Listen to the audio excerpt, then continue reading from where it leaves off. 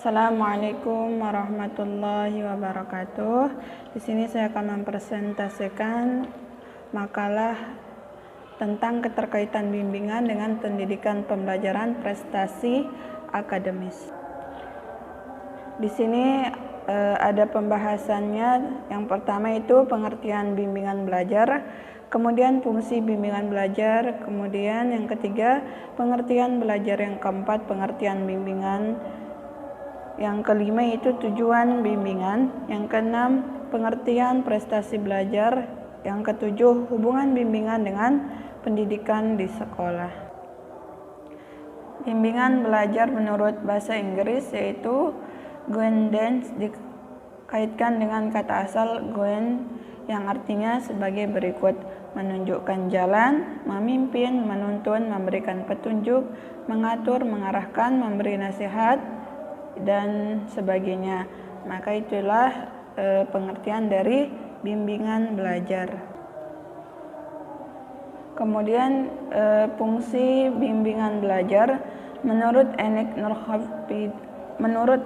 Enik Nurkhodipah pada tahun 2013, fungsi bimbingan diantaranya itu fungsi pemahaman, fungsi pencegahan atau fungsi pengembangan, serta fungsi penyembuhan atau pengetasan, fungsi penyaluran, fungsi adaptasi, fungsi perbaikan, fungsi fasilitas, fungsi pemeliharaan, dan fungsi advokasi. Kemudian di sini ada pengertian belajar. Belajar merupakan suatu proses perubahan tingkah laku di dalam diri manusia. Bila telah selesai suatu usaha belajar, tetapi tidak terjadi perubahan pada diri individu yang belajar, maka tidak dapat dikatakan bahwa pada diri individu tersebut telah terjadi proses pembelajaran.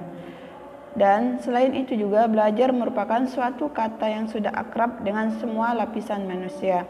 Banyak para ahli yang mengemukakan pendapat mengenai belajar, diantaranya adalah Slamento pada tahun 2003 menyatakan bahwa belajar adalah tingkah laku yang baru secara keseluruhan sebagai hasil pengalamannya sendiri dalam interaksi dengan lingkungannya. Kemudian di sini ada tujuan bimbingan. Belajar secara umum, tujuan dari bimbingan belajar menurut Muhyiddin Shah pada tahun 2014 adalah tercapainya penyesuaian akademis secara optimal sesuai dengan potensi yang dimiliki siswa secara khusus. Di sini ada 4 tujuan bimbingan belajar, yaitu yang pertama, siswa dapat memahami dirinya. Contohnya, siswa dapat memahami keunggulan dan kelemahan dirinya. Yang kedua itu siswa memiliki keterampilan dalam belajar. Misalnya keterampilan membuat pertimbangan sebelum mengambil keputusan dan mengambil keputusan secara matang-matang. Kemudian yaitu yang ketiga, siswa mampu memecahkan masalah belajarnya. Misalnya bagaimana cara menyelesaikan persoalan kreatif, tidak cukup hanya untuk mengemukakan macam-macam gagasan atau yang menghasilkan sejumlah kemungkinan penyelesaian masalah. Kemudian yang terakhir yaitu terciptanya suasana belajar yang kondusif bagi siswa. Selanjutnya itu prestasi belajar.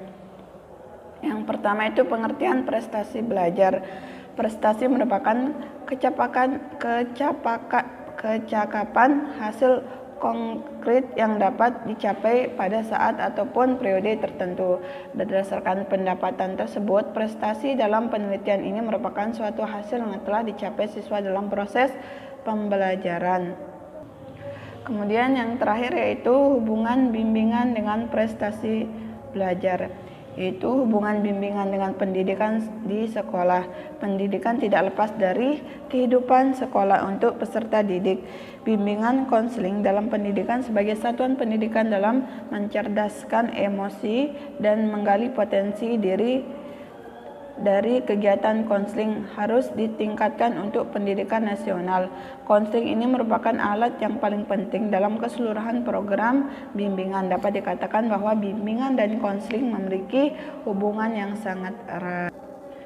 Di sini ada cara untuk mengatasi kesulitan saat proses pembelajaran bimbingan dan konseling, itu bisa memberikan layanan. Yang pertama itu bimbingan belajar. Pada jenjang sekolah dasar memang proses Bimbingan belajar tidak dikhususkan seperti jenjang menengah pertama dan menengah ke atas. Akan tetapi seorang guru kelasnya yang menjadi seorang pembimbing dan konselor bimbingan yang dilakukan mengenai masalah dalam belajar yang di sekolah maupun di luar sekolah. Bimbingan yang dilakukan guru itu ada 3, yaitu cara belajar baik secara kelompok maupun individu. Kemudian cara mengatasi kesulitan-kesulitan yang berkaitan dengan mata pelajaran tertentu, misalkan matematika atau bahasa Inggris yang cukup sulit. Kemudian yang ketiga itu cara merencanakan waktu dan kegiatan belajar. Yang kedua itu bimbingan sosial. Dalam lingkungan kelas yang ditentukannya memiliki berbagai macam keberagaman, siswa harus mampu menyesuaikan diri pada saat pembelajaran kelompok. Yang ketiga itu bimbingan dalam mengatasi masalah-masalah pribadi. Terkadang pada tingkat sekolah dasar, seorang guru mendapat laporan dari wali muridnya tentang masalah pribadi seorang siswa. Dari murid tersebut meminta agar gurunya dapat memberi arahan kepada anaknya tentang masalah pribadi yang mungkin tidak dapat diatasi oleh ibunya sendiri. Kemudian di sini kesimpulannya adalah hubungan bimbingan dengan pendidikan sekolah sangat erat sekali. Pendidikan tidak lepas dari kehidupan sekolah untuk peserta didik. Bimbingan konseling dalam pendidikan sebagai satuan pendidikan dalam mencerdaskan emosi dan mengendali potensi dari kegiatan konseling harus ditingkatkan untuk pendidikan nasional. Cukup sekian materi mengenai keterkaitan bimbingan dengan pendidikan, pembelajaran, dan prestasi akademis. Cukup sekian. Assalamualaikum warahmatullahi wabarakatuh. Assalamualaikum warahmatullahi wabarakatuh. Di sini saya akan membahas makalah mengenai selayang pandang perkembangan siswa saat ini. Di sini ada 4 pembahasan, yaitu yang pertama pengertian perkembangan, yang kedua itu pengertian moral, kemudian yang ketiga itu pengertian prestasi belajar, dan keempat itu hubungan moral peserta didik terhadap peserta belajar. Pengertian perkembangan yang dimaksud dengan perkembangan yaitu pola perubahan biologis, kognitif, sosial, emosional yang dimulai sejak lahir dan terus berlanjut sepanjang hayat. Kebanyakan perkembangan adalah pertumbuhan meskipun pada akhirnya ia mengalami penurunan atau kematian. Di sini ada proses dan periode. Pola perkembangan anak adalah pola yang kompleks karena perubahan hasil dari beberapa proses biologis, kognitif, dan sosio-emosional. Perkembangan juga dideskripsikan berdasarkan periodenya. Yang pertama itu proses biologis, kognitif, dan sosio-emosional. Proses biologis adalah perubahan dalam tubuh anak. Kemudian itu ada proses kognitif adalah perubahan dalam pemikiran, kecerdasan, dan bahasa pada anak. Kemudian yang ketiga itu proses sosio-emosional adalah perubahan dalam hubungan anak dengan orang lain, perubahan dalam emosi, dan perubahan dalam kepribadian. Kemudian yang keempat itu periode perkembangan, biasanya mendeskripsikan perkembangan berdasarkan periode-periodenya. Di sini periode perkembangan meliputi periode bayi, periode usia balita, periode sekolah dasar, periode masa remaja, dan di sini ada pengertiannya. Infancy adalah periode dari kelahiran sampai usia 24 bulan. Ini adalah masa anak-anak sangat tergantung kepada orang tuanya. Kemudian ada masa early childhood, itu kadang dinamakan usia persekolahan, adalah periode dari akhir pada masa bayi sampai umur 5 atau 6 tahun. Selama periode ini anak akan menjadi perintah dan mengidentifikasi huruf dan banyak dianggap sebagai batas berakhirnya periode ini. Kemudian yang kecil itu middle late childhood, terkadang disebut masa sekolah dasar atau yang disebut dengan SD, dimulai dari usia 6 sampai 11 tahun. Anak mulai menguasai keahlian membaca, menulis, dan menghitung. Prestasi menjadi tema utama dalam kehidupan anak dan mereka semakin mampu mengendalikan diri. Yang kedua yaitu masa remaja, adalah transisi dari masa anak-anak ke usia dewasa. Periode ini dimulai dari sekolah ketika usia dewasa. Periode ini dimulai kira-kira usia 10 atau 12 tahun sampai ke usia 18 tahun. Kemudian yang terakhir itu akhir remaja, yaitu diawali pada usia 20 tahun sampai usia 30 tahun. Ini adalah masa ketika kerja dan cinta menjadi tema utama dalam kehidupan mereka. Kemudian yang ke B itu pengertian moral. Yusan pada tahun 1977 mengungkapkan bahwa moral adalah kebiasaan atau aturan harus dipatuhi seseorang dalam berinteraksi dengan orang lain. Dalam arti moral merupakan seperangkat aturan yang menyangkut baik atau buruknya seseorang. Di sini dijelaskan ada tahapan-tahapan perkembangan moral menurut Kohlberg.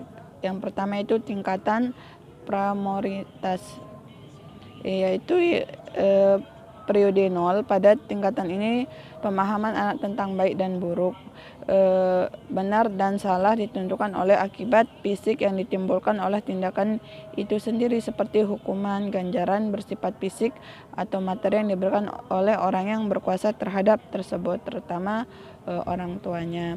Kemudian yang ke B itu periode 1, yaitu suatu tingkah laku bermoral bagi anak kalau tingkat laku ini patuh mengikuti kemauan orang yang berkuasa seperti orang tua. Kemudian yang ke C itu periode kedua, yaitu anak memahami benar salah baik pantas tergantung kepada tingkah laku yang memuaskan, menimbulkan kenikmatan pada diri sendiri atau orang lain. Kemudian yang kedua itu moralitas dianggap kesamaan peran yang biasa. Itu yang pertama. Yang ke A periode 3, pada proses ini anak memahami bahwa tingkah laku moral adalah mengakui dan mengikuti aturan-aturan telah ditentukan oleh orang dewasa. Kemudian yang ke B itu periode keempat, yaitu periode perkembangan moral. Tahap ini ditandai oleh pemahaman anak bahwa tingkah laku baik itu adalah menaati atau hukuman yang telah disepakati bersama atau menguasai kehidupan masyarakat. Kemudian yang ketiga itu moralitas dan penerimaan prinsip-prinsip moral. Di antaranya yang ke A, yaitu pada tingkatan perkembangan moral ini anak mulai memahami nilai moral dan prinsip moral merupakan standar kebenaran yang benar dan dapat menjadi pertentangan dengan apa saja yang diterimanya. Kemudian yaitu periode yang ke-6. Periode ini mendalami tentang prinsip kebenaran yang abstrak dan universal, misalnya kebenaran kitab suci atau aturan yang menjunjung tinggi prinsip keadilan.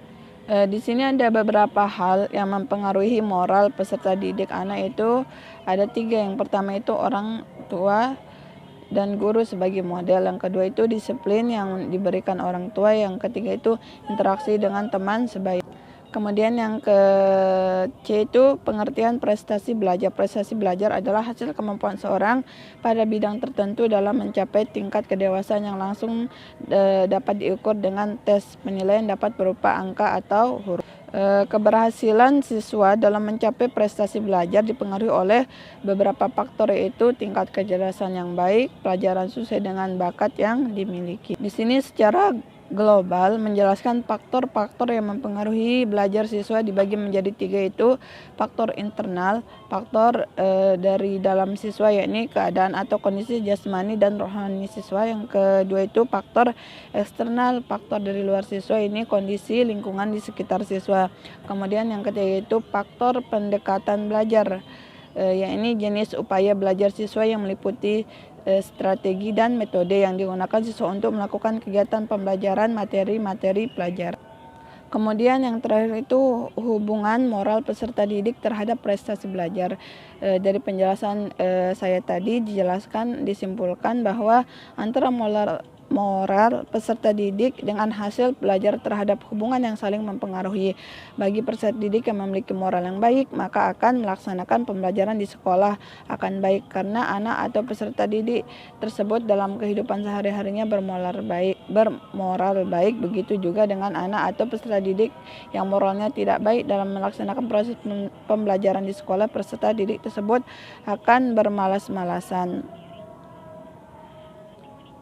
Kemudian di sini disimpulkan bahwa selayang pandang pendidikan anak ataupun siswa saat ini sangat tergantung pada akhlak atau moral yang merupakan seperangkat aturan yang menyangkut baik atau buruk, pantas atau tidak pantas, benar atau salah yang harus dilakukan atau yang harus dihindari dalam menjalankan hidup.